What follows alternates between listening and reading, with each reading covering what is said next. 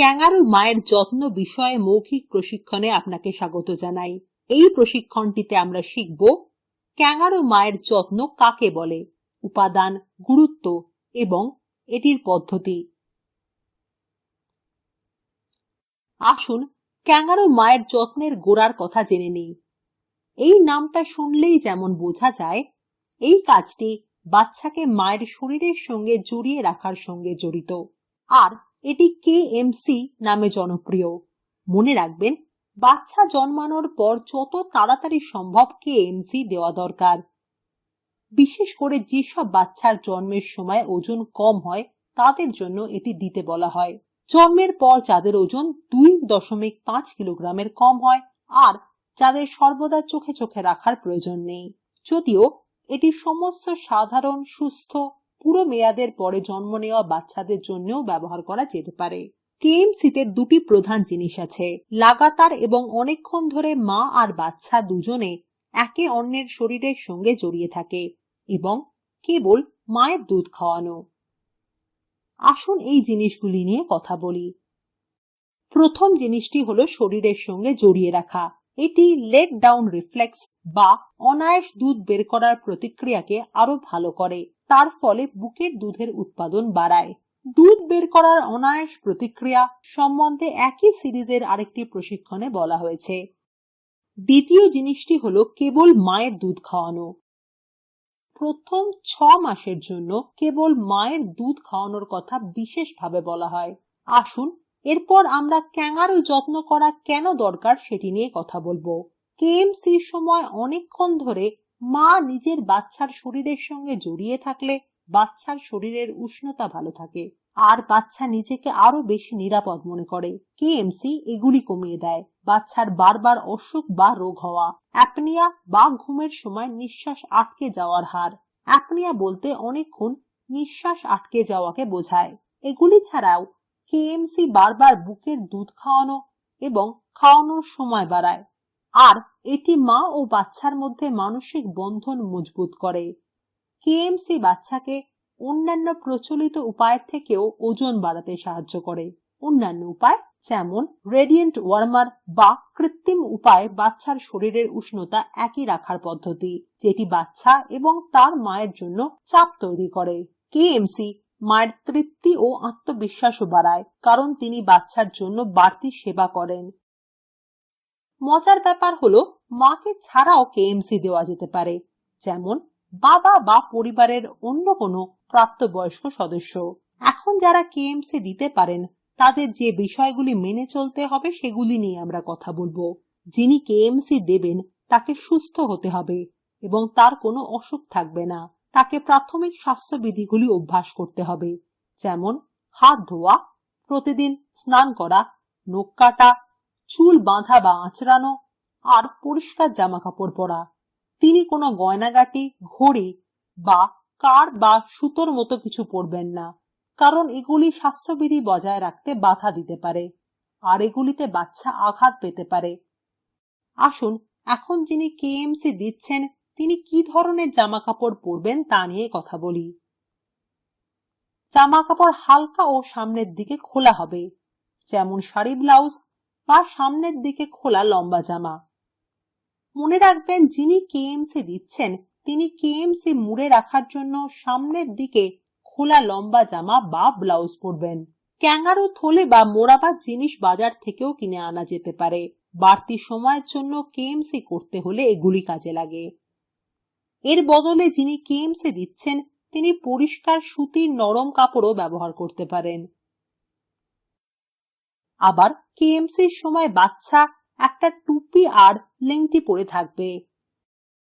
যদি বাচ্চা কেএমসির সময় পায়খানা পেচ্ছাপ করে তাহলে তাকে পুরোপুরি পরিষ্কার এবং শুকনো করে নিতে হবে।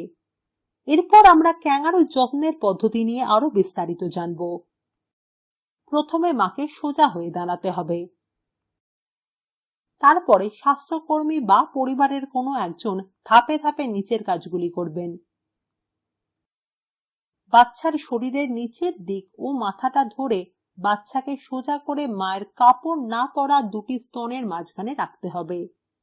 তারপর বাচ্চার মাথাটা একদিকে ফেরাতে হবে। নিশ্চিত করুন বাচ্চার মাথাটি যেন পিছনের দিকে সামান্য হেলানো থাকে। এই অবস্থায় বাচ্চার নাকে হাওয়া চলাচল করতে পারবে আর বাচ্চা মায়ের চোখের দিকে তাকিয়ে থাকতে পারবে। এরপর বাচ্চার পাছা বাইরের দিকে সামান্য হেলিয়ে রাখুন। মনে রাখবেন বাচ্চার হাত দুটো মায়ের স্তনের উপরে থাকবে আর পা দুটো মায়ের স্তনের নিচে থাকবে আর বাচ্চার তলপেট মায়ের বুকে থাকবে। কাপড় দিয়ে মোড়ার আগে ঠান্ডার সময় বাচ্চাকে একটি কম্বল দিয়ে ঢাকা দিন। এতে মা ও বাচ্চা দুজনেই উষ্ণ থাকবে। এরপর মায়ের ও বাচ্চার বুক ও তলপেট একটি কাপড় দিয়ে মুড়ে দিন। মুড়ে দেওয়ার সময় নিশ্চিত করুন কাপড়টার মাঝখানটা যেন বাচ্চার উপর থাকে এবং কাপড়টার দুই ধার মায়ের বগলের তলা দিয়ে থাকবে আর পিঠের দিকে আড়াআড়ি ভাবে থাকবে। এখন কাপড়টার শেষ দুটো দিক সামনের দিকে নিয়ে আসুন। কাপড়টার এই শেষ দিক দুটো বাচ্চার পাছার নিচে সাবধানে গিঁট দিয়ে বাঁধুন। এতে আরাম হবে আর বাচ্চাকে ধরে রাখতে সাহায্য করবে। এতে বাচ্চার পিছলে যাওয়াও আটকাবে। মনে রাখবেন মায়ের অবস্থা ভালো হয়ে গেলে তাকে নিজেকেই বাচ্চাকে কাপড় দিয়ে মুড়তে শিখতে হবে। একই সিরিজের আরেকটি প্রশিক্ষণে কেএমসি এর সময় নিজে নিজে মোড়ানোর পদ্ধতি সম্বন্ধে বলা হবে। এটি মায়ের আত্মবিশ্বাস বাড়াবে এবং তাকে স্বাবলম্বী করে তুলবে। যদি মায়ের কাপড় ব্যবহার করতে অসুবিধা হয় তাহলে তিনি স্ট্রেচি ব্যান্ডও ব্যবহার করতে পারেন। এটি সহজ এবং ব্যবহার করার জন্য আরামদায়ক। স্ট্রেচি ব্যান্ড ব্যবহার করার সময় বাচ্চার মাথাকে ধরে রাখার জন্য বাঁধনটির শেষ দিক তার কানের ওপর দিয়ে দিন। তারপর বাচ্চার মাথা সামান্য কাত করুন ভালোভাবে নিঃশ্বাস নেওয়ার জন্য আর আগে যেমন বলা হয়েছে মায়ের চোখের দিকে তাকানোর জন্য। মোড়ানোর কাপড় বা স্ট্রেচি ব্যান্ড খুব আঁটসাঁট বা খুব আলগা হবে না। এটি বাচ্চাকে ভালোভাবে নিঃশ্বাস নেওয়ার জন্য আরামদায়কভাবে রাখবে।